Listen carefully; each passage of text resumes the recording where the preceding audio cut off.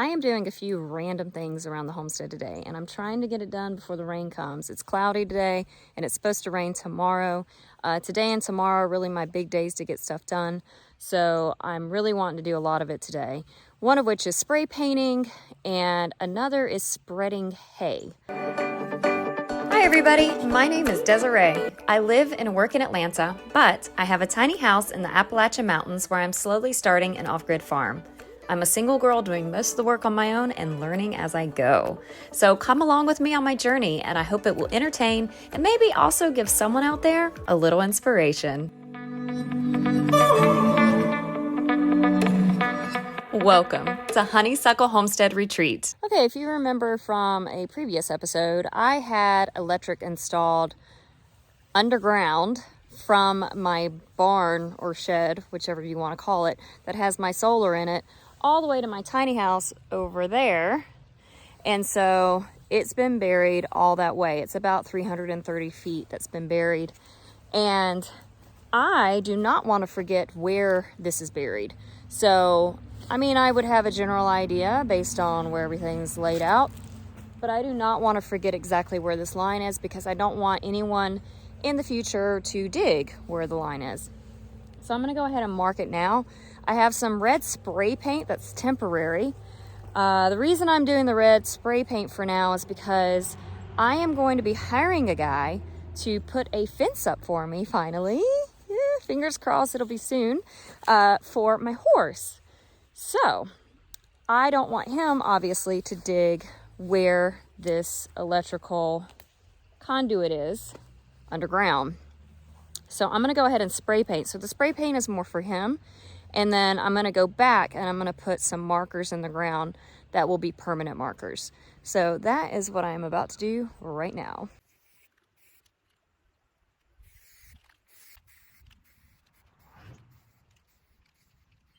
So in addition to spray painting, I got these markers. They're actually survey markers.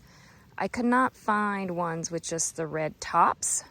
So I'm putting these spikes into the ground in different locations along where the conduit was placed, just so that when all of this red paint fades away, I'll still have some indication of where the conduit is located underground. Okay, so as you see, I have a bunch of old bales of hay in here. I actually had my neighbor bale my hay one summer about 2 years ago. I had high hopes back then. I thought I was going to be up here sooner, and I wasn't. These bales of hay have been sitting here for a really long time, and they're really not good for anything animal-wise anymore. I would never give these to a horse. It would make the horse sick. What I am going to do with these bales of hay, actually, is spread them out in my pasture.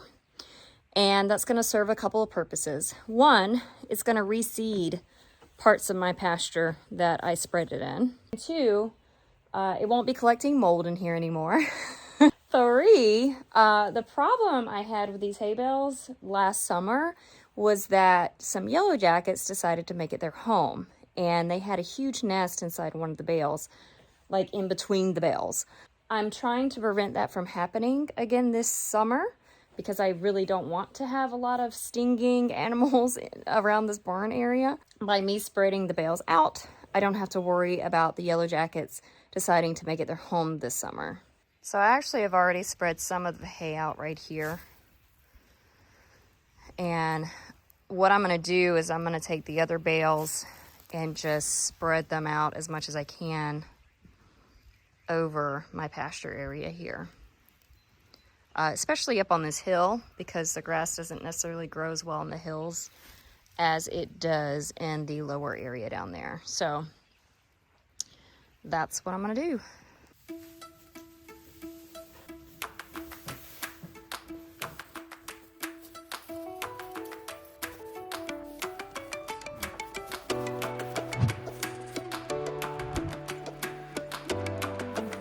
So I am trying to be careful when I move these bales because I don't know what might be residing underneath the bales, but there are remnants of that yellow jacket nest that was here. I don't know if you can see that. I actually think a skunk got into it and demolished it, because I was expecting to find a complete nest in there, and I didn't. I just found pieces like this. So I'm pretty sure a skunk already got to it.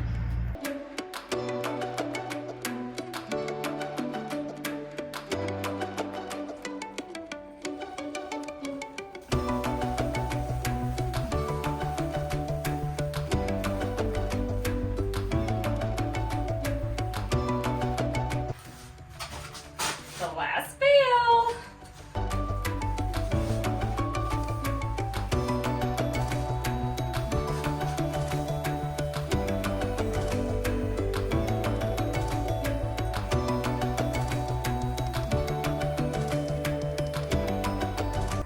$18 bales of hay that I moved back out into the pasture. Now all I have to do is go to each bale, cut the twine, and spread the hay out like I did right here. So I got to do that all over the pasture here. There's some kind of white dust that's on some of the hay bales, and I'm not 100% sure what it is. I don't think it's actually dust. It's either some kind of mold or fungus, or I really noticed it in the areas where the yellow jackets were. So I don't know if it's a byproduct of them building their nest or not. It could be. I'd rather it be that than mold. But either way, I'm being careful. I'm not wearing a respirator mask or anything, but when I get some of the hay that has that white on it, I'm standing so that the wind's to my back so that it blows away from me instead of at me. I don't know if you can see that on the camera or not, but that is what I'm doing. Not all the hay has this white stuff on it. Like I said, it's really mostly concentrated in the areas where I noticed that the yellow jacket nest was. So, yeah. But I'm gonna get back to spreading the hay here.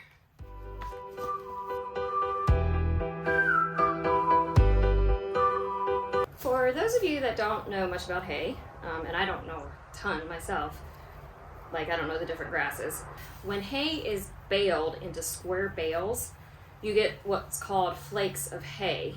And a flake of hay is just a portion of the hay that's really tightly compacted, like condensed, that will break off easily from the rest of the bale. So I don't remember exactly how many flakes come in a bale, but normally, like when you feed a horse, for example, you'll be instructed in the morning they get 2 flakes of hay, and in the evening they get another 2 flakes of hay. So this is 1 flake.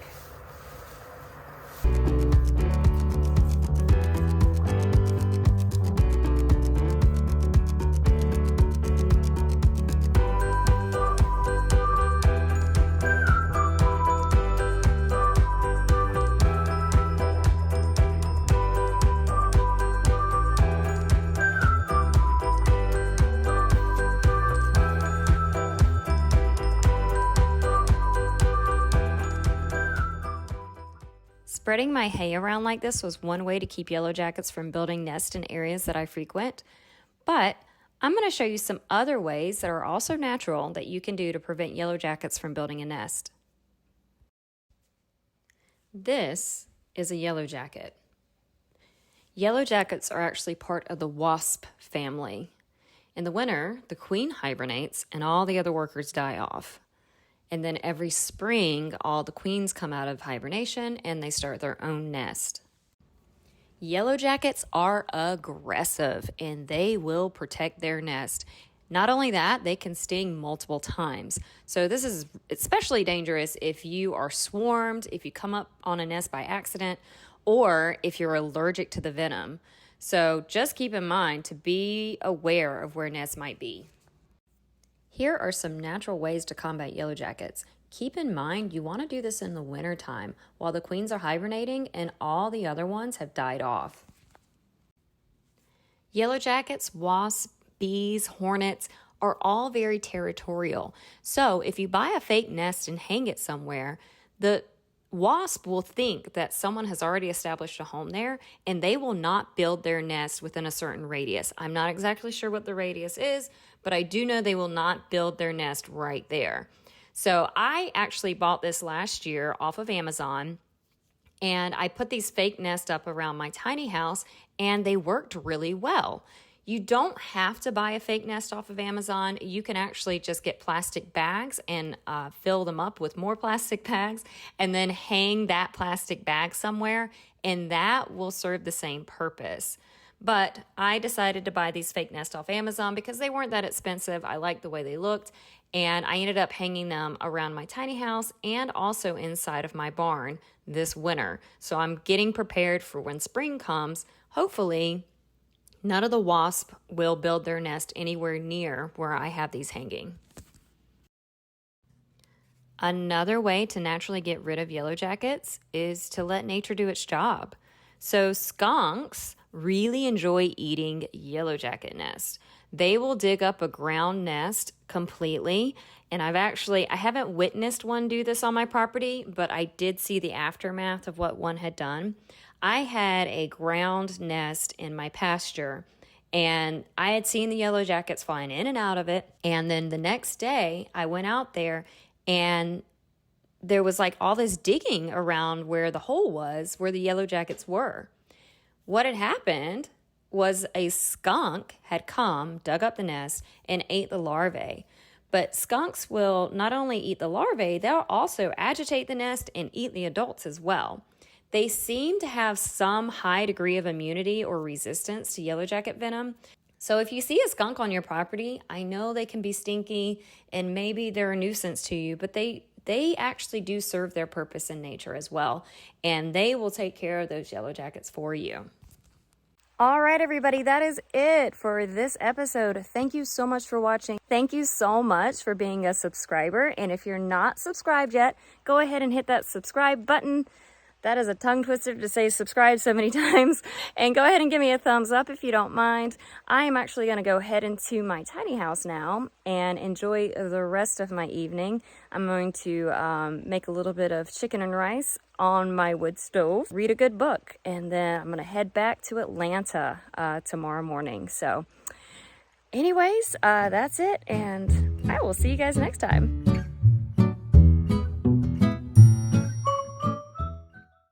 When hay is baled into the square bales, when hay is baled